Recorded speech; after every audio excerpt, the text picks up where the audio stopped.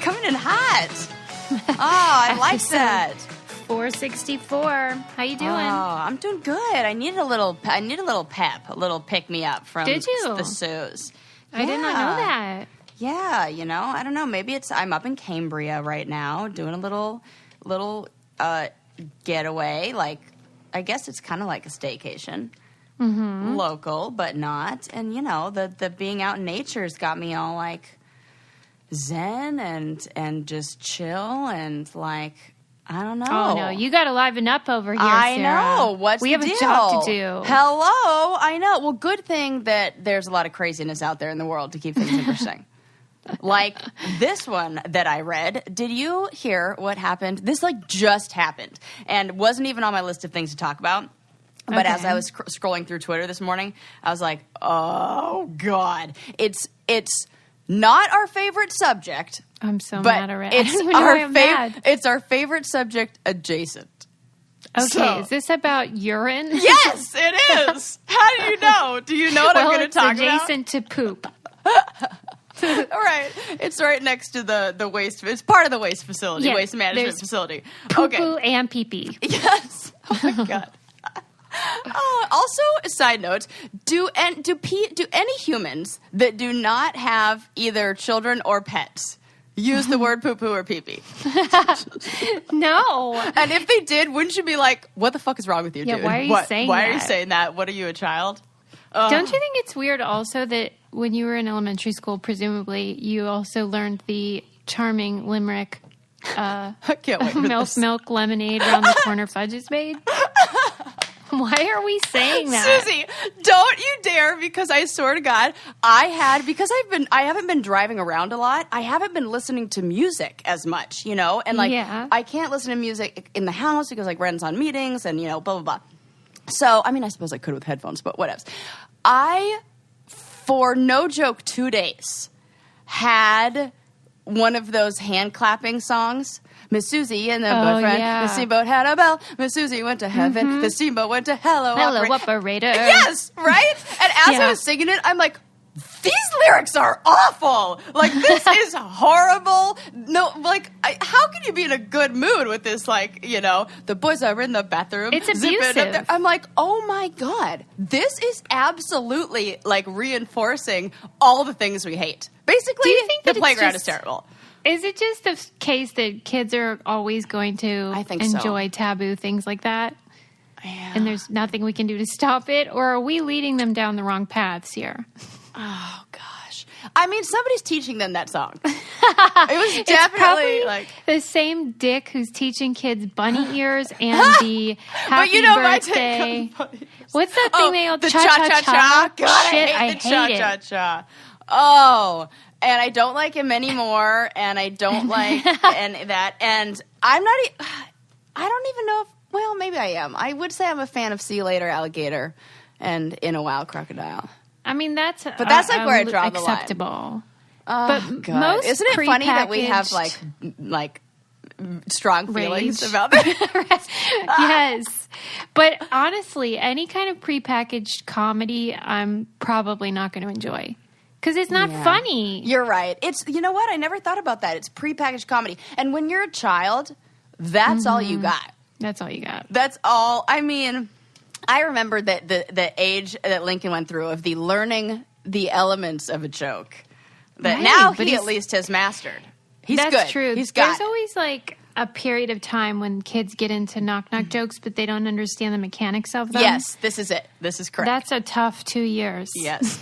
I do offer knock-knock jokes on my Cameo, and that has been a popular request. You do know that. Yes. I figured, how can I stand out? And I thought that was a way to do make you myself look them up, or are these all in your file cabinet, mental file cabinet? A little bit of both. Somewhere in the file cabinet, and then I did, ask or phone a friend. I asked Ren if he had any, and he did because he's also a camp counselor. Yeah. So we're good. Jesus Christ. I know. Annoying is the worst. I can't believe people are paying for this. Go ahead. Sorry. Right? Well, come on. Why not? Brighten somebody's day with the funny knock-knock. If you're a big fan of knock-knock jokes, It's for you.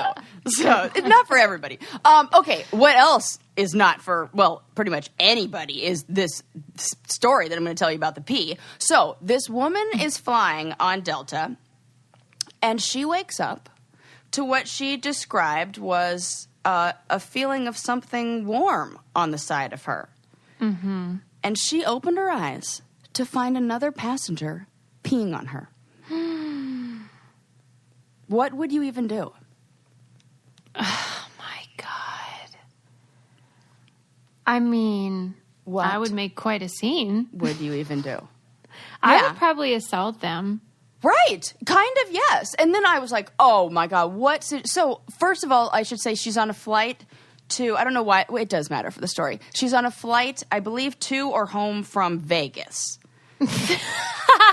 That also, I feel like, is an important element to the story. I didn't think you were going to say that. What do you think? I thought you were going to say it was like a long haul, you know, where people get super wasted and then, like, don't know what's happening. No, just where however long to Vegas, right. Which is still people get super wasted. But because that's what my first instinct was. I was like, oh, this is somebody all wasty-faced and who thought, because remember how we talked about how I've had friends whose husbands have peed in, like, drawers and cabinets, and, right, like those. And then other people reached out and were like, "Oh yeah, that totally happened." So I'm like, "Oh my God, is this one of those? A dude gets drunk and whips it out, and he's like unconscious or whatever, right? Blackout. Okay. So as it turns out, he was on some sort of sleep medication. I'm going to guess Ambien. Oh my God. And he had a bad reaction and didn't remember and didn't even know. And he ended up getting tackled by another passenger. Absolutely. Because, of course, what are you going to do? Yeah. The getting peed on was I would say 30% of the awfulness. Okay. The other 70% was that she was forced to sit in this urinated, soaked clothes for the rest of the flight. I mean, it said several hours until arrival. Nobody could give her a shirt or something? Right. Well, people are not exactly... I remember my throw-up incident. That was going to be my follow-up question is, what's the weirdest thing a passenger's ever done to you?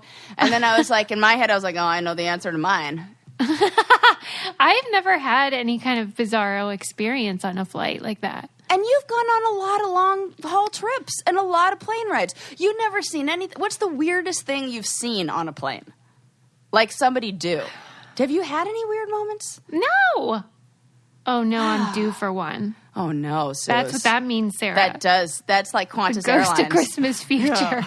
Oh, my God. You are doing, oh, my gosh. Just make sure if you sit next to anybody who looks like they're looking for or in need of a throw-up bag, just take a lot of trips to the bathroom or something. What? Let me ask you something. Yes, maybe I'm out of the loop on this, but to me, it seems like really stupid to take sleeping medication before a flight. I know people do take, like, I feel like tranquilizers that's what people and stuff. do all the time. An Ambien, though? Oh, for sure. I think that's like numero uno on the planes. That's like, I feel like Delta and Ambien are like in each other's like pockets or whatever the expression is. Like they're business partners for sure. Oh my gosh. I wouldn't do that. Would you? Yeah. Ambien on a plane? Yeah. No, because I don't even know. I'm trying to think if I've ever even taken Ambien on a plane. I don't even think I'd take an edible. I feel like I've taken an Ambien once and had a weird reaction to it. I'm sure that's common. So why are these people just popping them before flights? Yeah. Well, I think people who do it on the regs do because, like, my ex definitely did that on long. Like, that's what he got it for. And the doctor was like, yeah, here you go. You know, I have to be on, like, international flights or, like, red eye and shit like that. Or maybe, like, when you land to, like, knock you out. It's not a good. I don't think it's a good idea. I mean, but you get it. Do what you do if you have a prescription. Like, live your own life. But was this guy super sorry? Well, this guy it doesn't say. They've withheld his name. But what it does say is he's a well-known pastor from North Carolina. No. Yes. So now we have there's going to be a lot of explaining to do. I feel like that the news of the well-known pastor who peed on the woman is going to get around quick. Wow. You can only hold that name off for so long. But I honestly think this happened like today. Yeah. So there hasn't even been like a follow-up. It's from like the New York Post. That's how. You can't, I mean, you wouldn't sue like the airline though, would you? You'd sue that guy. I do feel like if they stopped her in some way, oh God, the hard thing is like when you buy a plane ticket, I feel like there's like so many things that are protecting them from this that it probably says like you have to like fucking deal with it or whatever, you know, not my problem. Somewhere in the contract that you like when you buy a ticket you agree to the terms and conditions, I suppose, because I don't know I feel like they should have changed her seat. They should have like given her I don't know. Isn't there some spare something in one of those blankets at least? I would have rather had a questionable rough questionable fleece question mark polyester blanket that is like 4 feet by 2 feet and that I can poke a hole through with my finger. Right. It's so funny. Then you're in soaked clothing. Pants. Thank you very much. And as somebody who's had vomit soaked clothing and been forced to stay on a plane, I can say that with great confidence. Would you rather have vomit or pee? This is an excellent question. Oh my God. This is like, I don't know. Sophie's choice. I was going to say that. I think I would rather have pee. Really? Because it's more sanitary. It's somehow. More sanitary, and it's like one thing. This is what I say with vomit. You know, my hang up with vomit. My what? Yeah, she doesn't like the chunks. Right?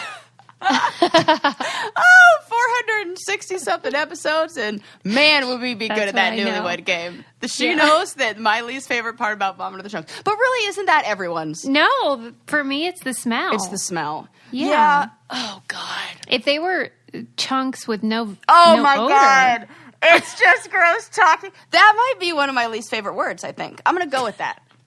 There's no. You can add a Y on it, and we're good. Because now we're describing chocolate chips. And peanut butter, yeah. I'm for it. You lose that?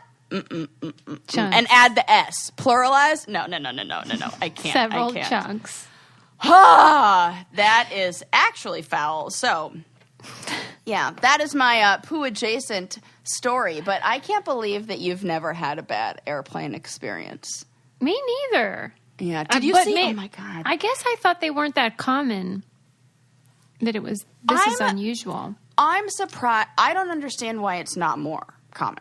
This blows my mind every single time I'm on a plane. I'm like, why doesn't someone freak out every time? Yeah, that I get. I can't, and maybe it's just that we're looking around and nobody else is freaking out, so we're not freaking out. That's like my only conclusion. We're peer pressuring ourselves into being calm, which thank goodness. Right. I forget what we were watching on, I think it was Discovery. It's called Brain Games. Oh, yeah, I love those. It's great for watching with Lincoln because they do science, but it's fun. And they were doing that thing where you have money for people, and if both of them agree to split it, then they get to split it. You know, that kind of theoretical problem? Yes. But they were describing how humans are hardwired to cooperate. And I think that obviously is helpful on airplanes. Yes. Humans are hardwired. That is such a good point. Humans are hardwired to cooperate. Because it helps survival. Yes. If you have a tribe or a group that has the same goal. Yes. Oh, that is so cool because that is right in line with one of the other things that I was really excited to share with you today. And that is an article that I found on 17 psychological tricks to make people like you. Ooh. Right. I would love to hear these. And some of them, yes. Go ahead. No. I get so excited. It's handy information. Yes. And also tells us a lot about how humans think and feel about each other. Yeah. And so much of it is, I was thinking, I'm going in here thinking like, oh, I know what this is going to be. This is like all the usual, like, you know, basically everything we talk about on the show. There were a lot of things that absolutely blew my mind and that I fail. Oh, and okay. That make me go, how do I even have friends? Nobody likes you. Right. Because I'm like, because I absolutely do the opposite of that. And it is like, exhausting. Okay. So, the number one, first of all, let me see. All of this came from like science-backed strategies that people were looking at, like, you know, those cumulative, what are they called? My research professor would just like slap my hand for this, where it's like they look at all of the studies, whatever. The sciencey people out there know what I'm talking about, and they just like look at all the studies, and it's not like a new one; it's just like a review of old ones. Oh, literature review. Yes, thank you. Yeah, there we go. I'm like, I know somebody's smart out there. We're Susie, a good team. We'll get it. There we go. Okay, so number one strategy: mirroring. This one is like the most obvious, right? Like that you sit next to somebody, the more you copy them, the more they will like you. And I think back to how you and I will pick up people, well, you know, depending on who we're with, more than their accent or their affect. Yeah. So there was a research study that was done. The one that they looked at was 78 men and women who were working on a task with a partner. And they... the partners engaged in like different levels of mimicry, and the researchers secretly videotaped the interactions. And then at the end, they asked the participants, like, how much did you like the partners? And every single, like, across the board, participants were way more likely to say that they liked their partner when the partner had mimicked their behavior. So that is like one that we absolutely know. They call it the chameleon effect, and it's like an unconscious mimicking of that behavior. And number two, another obvious one, spend more time around them. The mere exposure effect is the one that works. Have you ever heard that thing where, let's say you're on a date and your date takes a sip of his drink and then you take one? It's supposed to be a sign that you're enjoying it. Yes, Do you think that's true? Oh, okay. Remember, I'm so glad that we talked about that. You asked me this because I remember we talked about this study a while back on how we think that that's it. But that doesn't indicate romantic love. Right. It just indicates wanting the person to like you. Right, and that's what I'm thinking. Yes. Oh my God, this is exactly what we got. Yes, that is so cool. Because when we were talking about that other study, it said the only thing that is a fire way to predict how well a couple will do is their heart rates being in sync and their breathing being in sync. God, remember that's that? Cute. No, but that's adorable. Oh, yes, and that was exactly what you said before. You're like, oh my God, that's adorable. Yes, that their heart rate and their breathing patterns will start to sync up. And sometimes I notice when I wake up in the morning, and Ren and I both, and maybe you notice this, try like being aware of this with Lincoln and Adam. Like when you wake up in the morning, see if you like relax if you guys are breathing at the same rate. Will. I'm going to because pay attention. I swear it's every single time. And then when I am half awake and then I relax again, I'm like, oh, we're breathing at the exact same rate. And then Bo, we'll both take a big deep breath, and then Bo from across the room will be like, and well, I'm like, it is triangular love between you three. It definitely is. Yeah. And that like, you know, there are all those. I don't even know what this research says on this, but there are the theories that helps babies, that hearing the breathing and helps them like regulate their breathing. Oh my God, it's too much cuteness, right? Yes, it is. So, oh, that's adorable. So yes, so that predicts like the love. But if we're just looking at how do I get people to like me? How do I get to like? And I think these are good ones. If we're, you know how like we have talked before, and like I talked to a lot of people about how do you make friends as an adult. And I think this year especially, that's a big problem. I think I can speak for myself and a lot of other people out there that friend groups have definitely changed. And people have like, okay, well, I maybe need to make some more friends different friends who maybe have more similar ideas than me about certain things. And that's okay, but how the heck do I do that? And so this one, was in my mind of like, if I, kids are so good at making friends because they just like go up to other kids and they're like, "Hi, my name's whatever. What's your favorite color? Mine is blue." They just dive right in. They dive right in. And they're like, "Hey, you wore that shirt the other day. I have that shirt," whatever it is. They don't have that like layer of self-judgment. And so a lot of this, I feel like as I was reading this, a lot of this was like, just be like a little kid almost. Like, kind of connect with that and it'll help. So, number 2, the mere exposure effect. Spend more time around them. That's like the real obvious one. Did they list at all how you could help like yourself better by using BetterHelp? Oh my gosh. Well, I help myself better using BetterHelp, and I know how much it works. I love it. I have a great therapist who works with me on getting my daily schedule ironed out, and she keeps me accountable, and we have it's like whatever your needs are and whatever level, there is somebody there to help you. I love it. Yeah. On your time and your schedule, and we just text. BetterHelp is such a convenient tool if you need someone to talk to who is a professional counselor. And like Sarah said, you can use it at any time. So whenever you're having these feelings, you can just log in and write to your counselor and share if you're depressed or anxious or having relationship issues or sleeping issues, like so many of us are. And it's available worldwide. It's so affordable, which is a great option for people. They have financial aid available as well. It's just a really nice service for people who are wanting to get whether like accountability or get advice or just someone to talk to, for heaven's sake. Yes. I want you to start living a happier life. As a listener, you'll get 10% off your first month by visiting betterhelp.com/braincandy and join over 1 million people taking charge of their mental health. Again, that's BetterHelp, HELP.com/braincandy. Sorry to interrupt. Yes. Oh, please. I can't even stress enough how much people should just try it out. Just do it. Because it's like, my mom and I were joking. It's like you can't tickle yourself.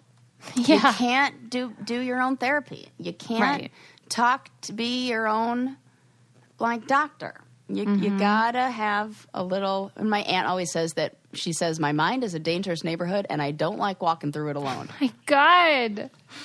That's everybody's mind, too. Right? It's like, oh, it's dark in there. I better get some better help. Exactly. Yes. Agreed.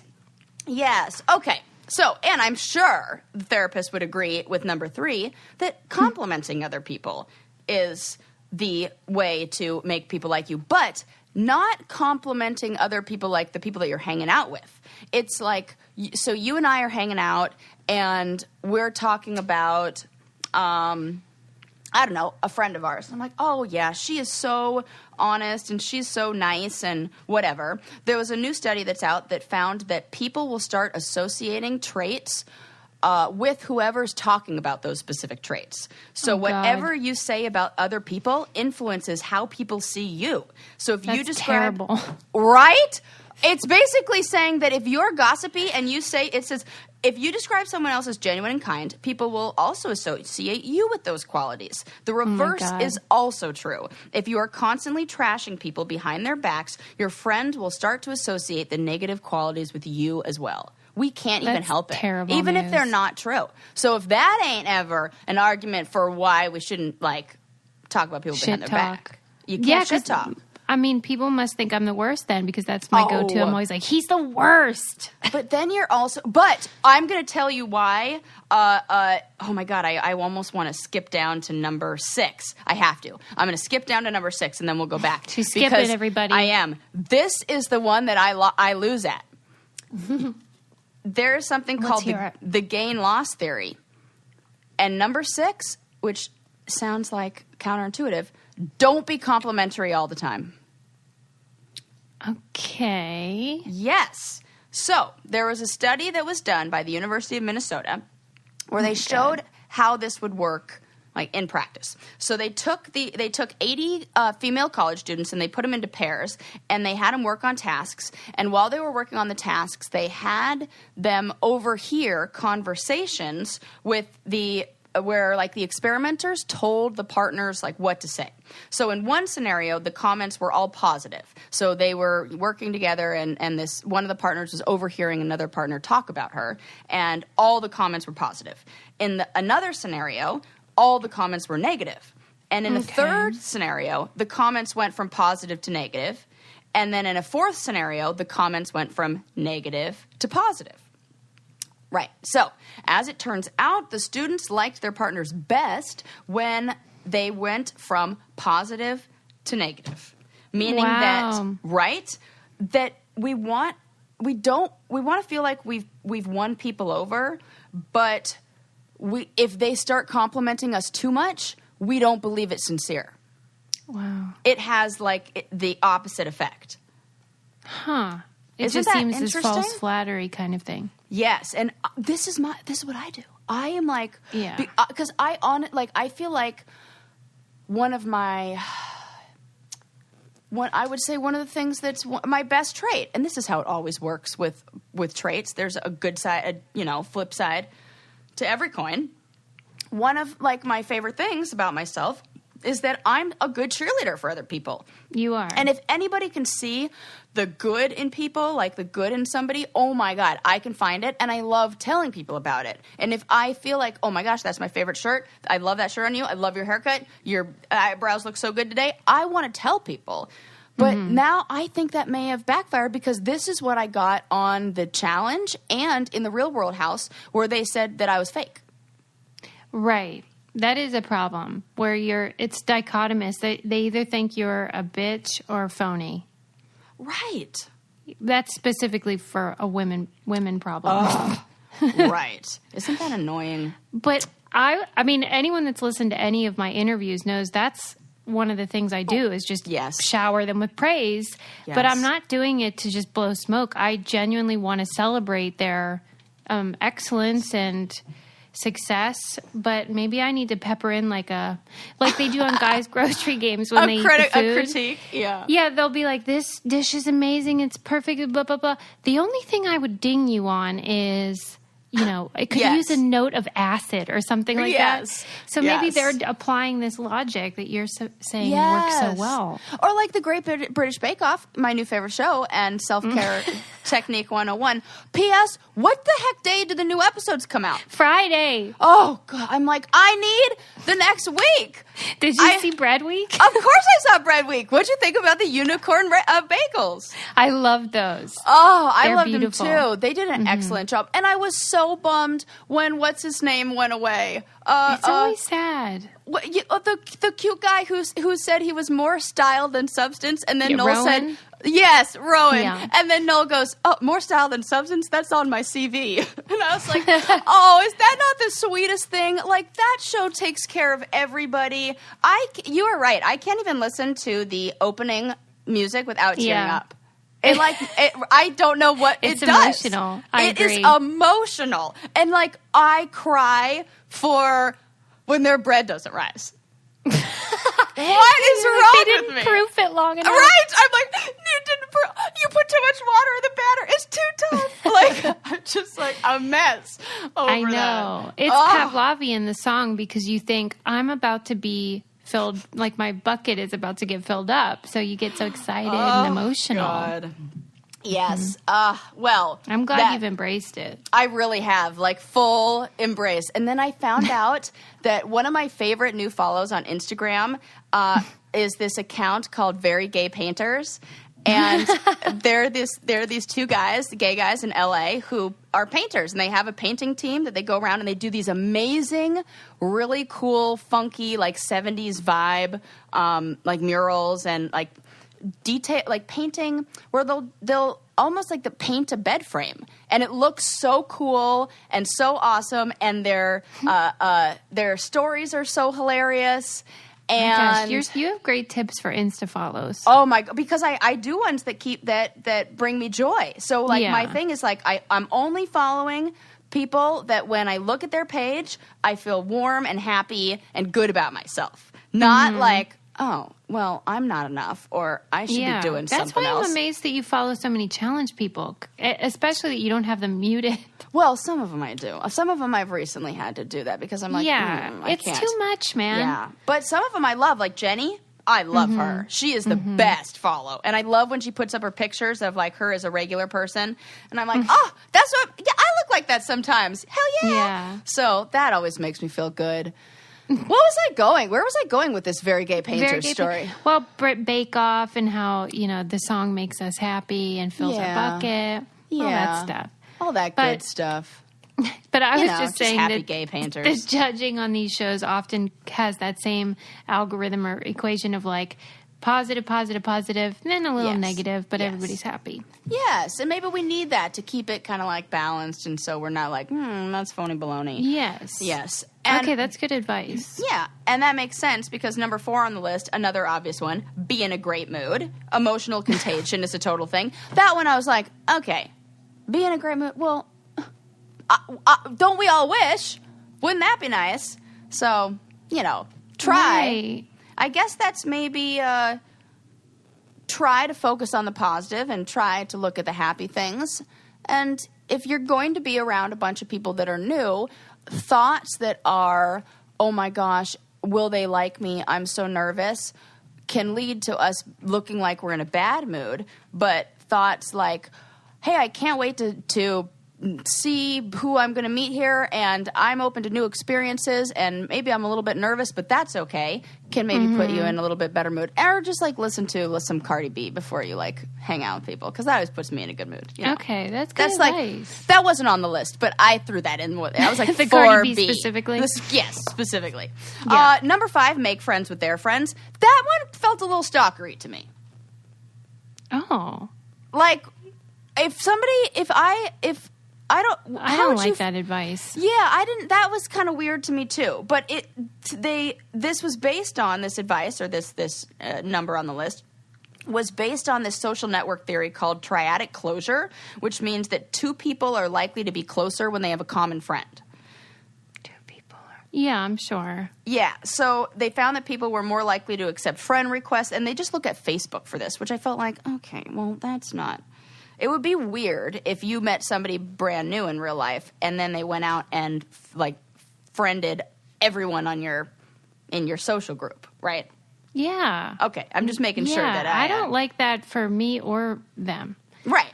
That's when I kind of pushed back too, where I was like, because see, I told you some of these on here, I was like, But I mean, maybe it would successfully make someone like me, but like at what cost? Yeah, right, exactly. Right. Another obvious one, be warm and competent.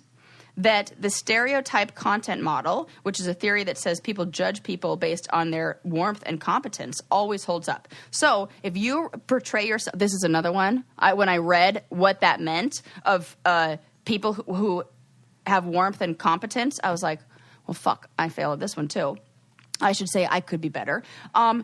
If you portray yourself as, and by warm, this is what they mean, non-competitive and friendly.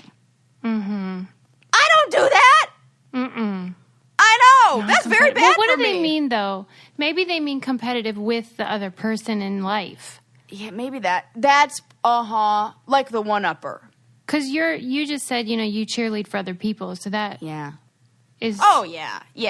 But I definitely, like, in a Yeah, you want to kick their ass, though, privately. Yeah, privately. Yes, I'm friendly, but I do want to kick their ass. But I'll be nice about it, maybe. Yeah. I don't know. Right. Yes. So apparently if you are non-competitive and friendly, then people will feel like they can trust you. And if you seem competent, which means you, like, in their scale, was high economic or educational status, then they're more inclined to respect you. So basically, if you can be, like, non-competitive, friendly, and then flex like you are smart, people will like you. I didn't like that one that much either. Let me think about that. Non-competitive, friendly, but super smart. Yeah. Well, this is right in line with number 8, which is reveal your flaws from time to time. I love that. That's our specialty. Our specialty. I may not be good at being non-competitive, but I am very good at revealing my flaws. Yeah, and like every week, the listeners that message me to say like something I've said that's offensive remind me of my flaws as well. Oh, so isn't that fun? They're at top of mind. Yes, they are. And I've just been like, I honestly don't think I can post anything without a comment with it. Really? Somebody has. Oh, there's I guess very I never few. see those on yours. Oh, because I just delete them. Because I ain't got time for that shit. No. Ren told me this. He was like, look, that's like your like, this is your like wall in your house. That's in why your room. I'm happy to block and stuff like that. Because it's like, oh, yeah, I don't care. That's fun to do when you get a little like block happy.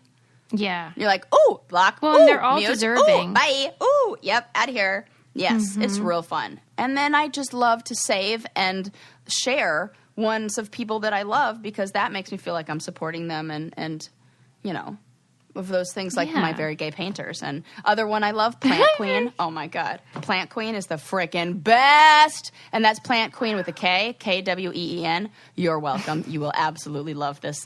Thanks, Sarah, later. This. Yes, you can thank me later. Okay. Number 9 on the list, emphasize your shared values. Similarity, attraction, effect is in place there, and that is another obvious one. It's like, if you want to be friendly with somebody, try doing something that's like an activity that you enjoy, and you'll probably meet somebody else who enjoys that activity too, and you'll be more likely to make friends with them because of this shared interest. One of the things that I've told clients who... I don't know if anybody's even taken me up on this advice, but I encourage anybody who's naturey to join the Sierra Club. And it feels like something that's for old people, but I really think there's like a new youthful movement in the Sierra Club.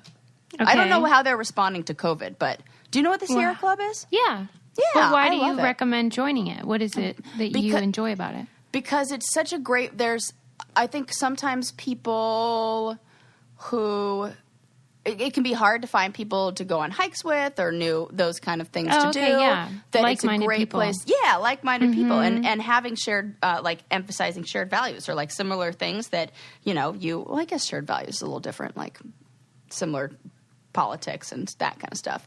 But similar things that you like to do, I think those are the best places to meet friends. Yeah, I would agree with that. Do they facilitate that through networking or something? Or at Sierra Club? Because you know how most organizations, it's like you're a member, but you don't ever meet the other members or anything. I think because it's outdoors and because you go on hikes together. Okay. Like I have a few friends who do that, and they love it. That's nice. Yeah. Well, and they're guaranteed to not be assholes. Oh my gosh, that is so true. Guaranteed not to be assholes. And the kind of people who lead the hikes are I love these kind of people who are like super nerdy fact people who want to share every single they're like tour guides of the hike. And I love that.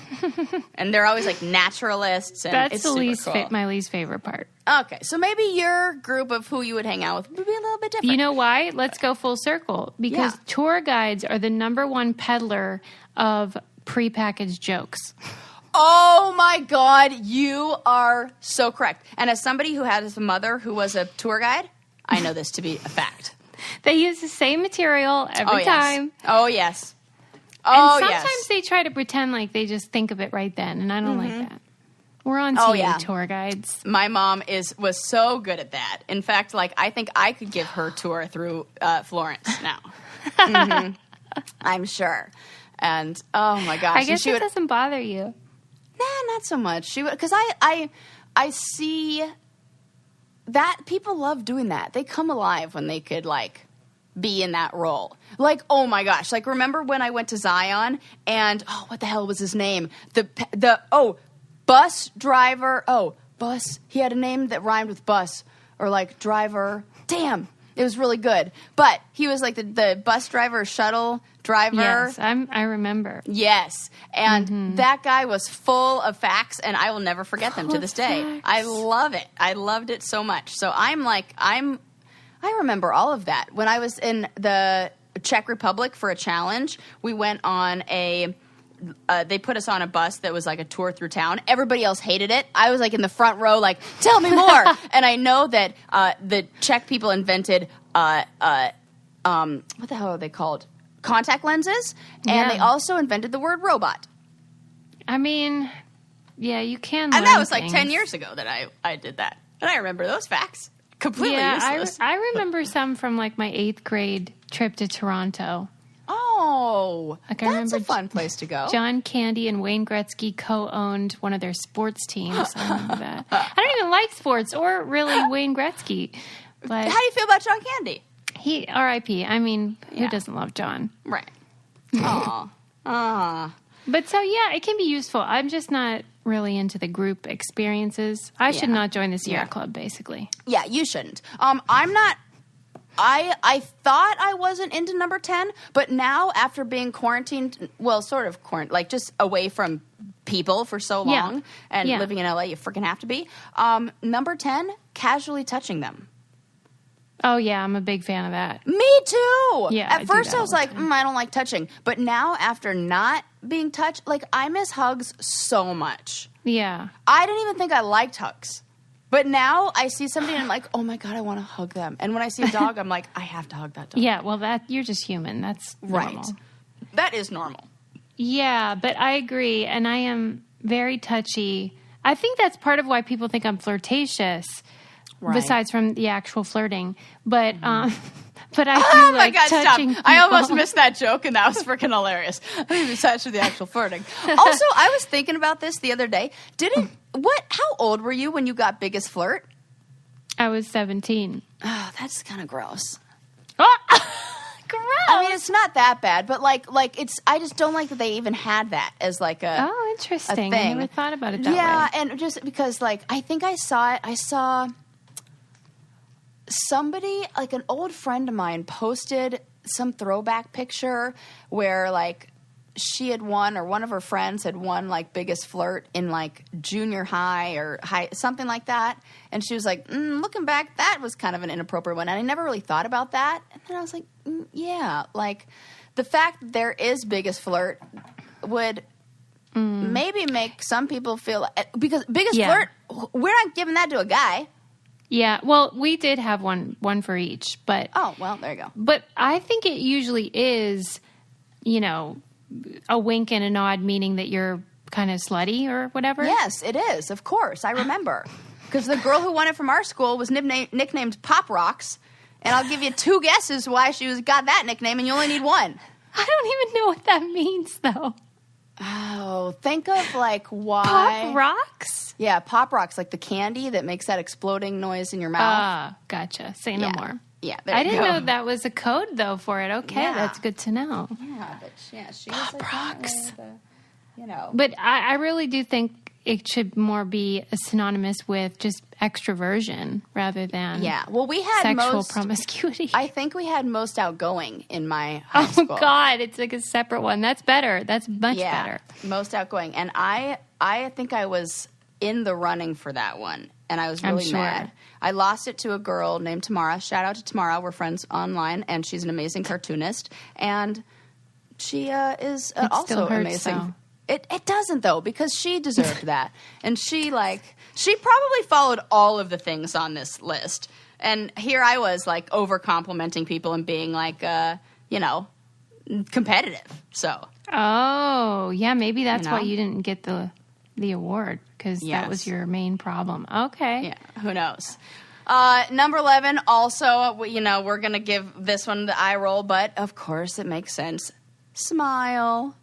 Oh, for fuck's sake. I know. And so this one, when even reading this article, I was like, why did you have to use that study? Because the study that they used looked at 100 undergraduate women looking at photos of other women and smiling or non-smiling or, not open positions. And the results showed that women in the photo... that's annoying. Yes. Right? No. I know. Yep. Thank you. That's infuriating. Right? This is that stupid likability test thing. Yes.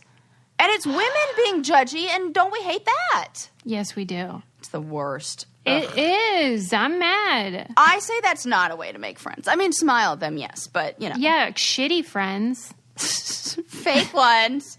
Gosh. Like a bunch of dudes. Yeah. That are like, I like your smile. Yeah. Fuck you. Have somebody said that to you in a while? No. Yeah, me neither. I'm like, fucking try. I think I've aged out of it. They don't even care if I smile or not. You know what? I think I have too. I think I might be. I'm like almost full ma'am.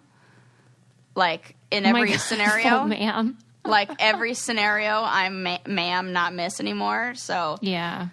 They don't care if we smile. Over. They want us to be dead. Right. They're useless. Like, you're invisible. Yeah, you're no good to us anymore. You're past your prime. You're over 18. We no longer need you. Which is nice. I don't have to smile for anyone. Yeah, that is kind of nice. Yeah. Come into your own, really, and just be like resting whatever face. I hate that resting bitch face thing. I have resting concern face. Resting, I'm solving a problem in my mind face. I like that tweet where they were like, why did they call it that? My face is not... It's not resting, bitch. I'm working hard. Right. Yes. I'm actually working really hard at that. Yeah. There's no rest about it. Yes. All right. So some of the other ones I have on this list, a few more. See the other person how they want to be seen. So that makes sense. People want to be perceived in a way that aligns with their own beliefs about themselves. Mm-hmm. Yeah. It's a self-verification theory, right? Well, I think that's hard to come by, though. I feel like you do that for me. Oh, good. I'm glad. Yeah. Do you feel like, though, most people don't do that for you? No, I think they do. I feel like because that's what I get. I feel like how I've been portrayed on television and what people, write to me and talk to me about on there is definitely how I'd want to be portrayed. Mm-hmm. Yeah. Okay, well, that's good. Yeah. Number 13, tell them a secret. We love this one. Self-disclosure. Hello. That is so good. And self-disclosure is like the best way to create a bond and create intimacy. So if I tell them a secret, they're more inclined to like me? Yes. About myself, the secret has to be? Yes. Are you sure? Yes. I can't tell someone else's secret?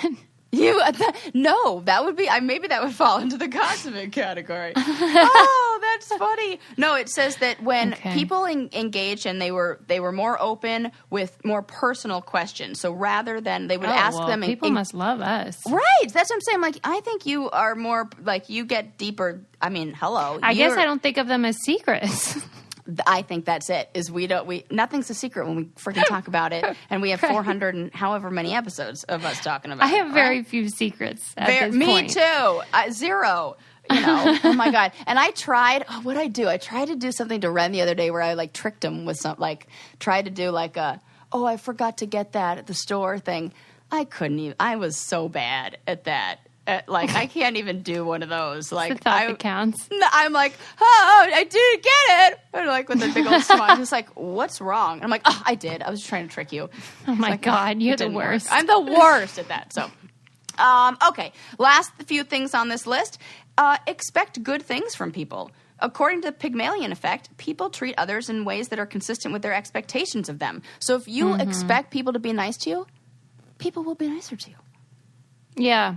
I don't know, though. That's what my therapist always says, like, because I try to follow that logic that I just treat people how I would want to be treated. Right. But sometimes you get that effect where if you're a giver, then you attract takers. Oh, for sure. That thing. Yeah. And so I feel like that, what you just said, doesn't work because of that dynamic. Mm. It's more like, if you think somebody's a jerk, you start behaving towards them in a way that elicits jerky behaviors. Oh, really? Yeah. But if I think someone's nice, then they'll be nice. Yes. Oh, okay. However you treat them kind of causes them to fall into those behaviors. It kind of is like that thing where they say, if you are a teacher of a classroom, if you tell your students, you guys are so tidy and organized, then they will be more motivated to be that. Oh my God. I totally forgot about that trick. Yes. I used to love to do that with campers. Right. You guys are the best cabin, and you guys are the cleanest one I have ever had. I can't even. And then they want to live up to that. Yes, it's the greatest. That works so well with teenage girls. Oh, they're easy to manipulate. Yes. Okay, number 15. Another one that I'm like, come on. Of course, act like you like them. Yeah, of course. I feel like we should act all the time like we like people. Act in order for them to like us. Yeah. It's called the reciprocity of liking. When we think someone likes us, we tend to like them as well. Yeah. Number I like 6. that. Yeah, right? Simple. Number 16, display a sense of humor. Nailing it. Got it. Check. I mean, how do they feel about knock-knock jokes? Prepackaged up your there you go. Prepackaged jokes. And number 17, maybe your best quality of all, let them talk about themselves. That I can handle. Oh my gosh, you're so good at that. Yes. So Harvard researchers recently discovered, I feel like we've known this one for like 1 million years, that talking about yourself may be inherently rewarding the same way that food, money, and sex are. Wow. I mean, I certainly know that people really love talking about themselves. Yes, they do. It's everybody. My mom would always say that. She was like, if you ever get nervous about what to say on a first date, just ask them about themselves. Everybody's favorite topic is themselves. Yeah. It's like my whole philosophy of life. Mm-hmm. And you learn so much. It's fun. Yeah. It's not a sacrifice. Yep. This is the crazy part about that study, that when they were looking at the brain regions that were associated with like motivation and reward in people sharing information about them publicly, they lit up whether the person was talking to someone or even if no one was listening. Oh, my God. So that means that if you want to feel better about yourself, you can, like, write down, and I tell my clients to do this all the time, and, like, why you have to actually write it down and then read it out loud is if you write down, like, you talk about yourself, and you write a story about yourself, like, Sarah is a podcast host who loves making people laugh and always feels good brightening up somebody's day, blah, blah, blah, blah. You can read that out loud, and you will get the same stimulation in the motivation and reward part of your brain, that same part of your brain that rewards like food, money, and sex live. And it will even work if nobody's listening. Wow. So kind of journaling-ish? Yes. Yeah. Absolutely. That would like check that box. That is weird, man. Yeah. I don't know if we should lean into that. Right. Well, they were like things to like think about, things to like mull over, and I feel like if you're somebody who's, I don't know, sometimes I feel like things like that help with social anxiety. It's like, okay, I've got a game plan. I know what I do. All I have to do is go there, and I'm going to work on letting them talk, and like pick 3. I'm going to work on letting somebody talk about themselves. I'm going to work on maybe telling them a secret, and I'm going to work on seeing the other person how they want to be seen based on what they tell me about their life. Right. Then I bet you could don't try to like, oh my God, I've got to use all of them. But I think that's a handy little list if you're looking for, need some help to kind of like tackle some social anxiety stuff. And I think for a lot of us who have been cooped up for so long and away from people and in our own minds, especially people who live alone, like it can take a little bit of practice to get back out there in the real world. Yes, you do get rusty for sure. You kind of do. Mm-hmm. I've also noticed this with my dance moves. I don't buy that. You don't buy it as in you don't think they were ever good and they just have stayed the same? Or no, because I was like, oh yeah, no. These hips need a little lubrication. They need like to be, I need to, They How did you find this out? Because we were playing some fun Motown music in the kitchen one night and I was like, got ugly. Oh my gosh, these hips are lying. Like, that's awful. I'm so sorry. Yeah, I was like, oh, this is not good. Well, hey, you just got to practice. Practice makes perfect, just like everything. So, oh my God. Let's wind it down, Sarah. Let's wind it down. We learned a lot. We learned that if you should always bring a change of clothes on the airplane. Because you never know when you might get pissed on. Pack a change of clothes in your carry-on. Someone pees on you. Yes. I did hear it's better to be pissed off than pissed on. And in this case, this woman was both. So I feel terrible for her. Double whammy.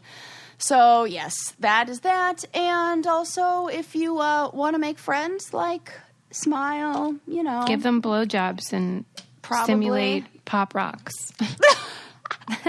Oh, that's so funny. And just to set the record straight, because I don't want people thinking that is like a code word for something, she would put pop rocks in her mouth and then she would perform It wasn't a metaphor. It was not a metaphor. It was that was what she used. During the technique? Are you serious? I am. Well, I'm as serious as feels good. I'm as serious as a 16-year-old who received this information third or fourth hand would be. That's about as serious as I am. That seems dangerous to your pee hole. Oh my God. I mean, I would not take that risk, Sarah. But didn't we already talk about this with Adam and spicy foods? I think we're good. We did. But Pop Rocks is not just that it's not spicy. Right. The popping effect. Ooh. Right. It's a chemical reaction. Right. I mean, it's okay on your tongue, so I would imagine, but I don't know. Yeah. But I wouldn't want one in my pee hole. That's all I'm saying. Definitely not. That's pretty much out only, exit only. Not pretty much. It's fact. We learned a lot. I'm dying. Then we learned about very gay painters. Oh, yes. Very gay painters. Plant Queen. Sierra Club. Yes. Join the Sierra Club if you like to be outside and hiking and want to learn some facts. And that tour guides are the number one peddlers of prepackaged jokes. Susie's mad about it. Sarah grew up with it. About it. We learned a lot, everybody. So don't forget to leave us a 5-star review and subscribe. All right, bye. And we'll see you next time. Bye-bye. Bye-bye. Hi, this is Ken Levine. At one time, I wrote for MASH, Cheers, Frasier, and The Simpsons, and now I host my own podcast, Hollywood and Levine. It's an irreverent and occasionally informative look at show business. Come for the comedy, stay for the behind-the-scenes stories, interviews, and tips on just how to navigate the entertainment industry. You can find a link in the show notes or simply search for Hollywood and Levine on your podcast app.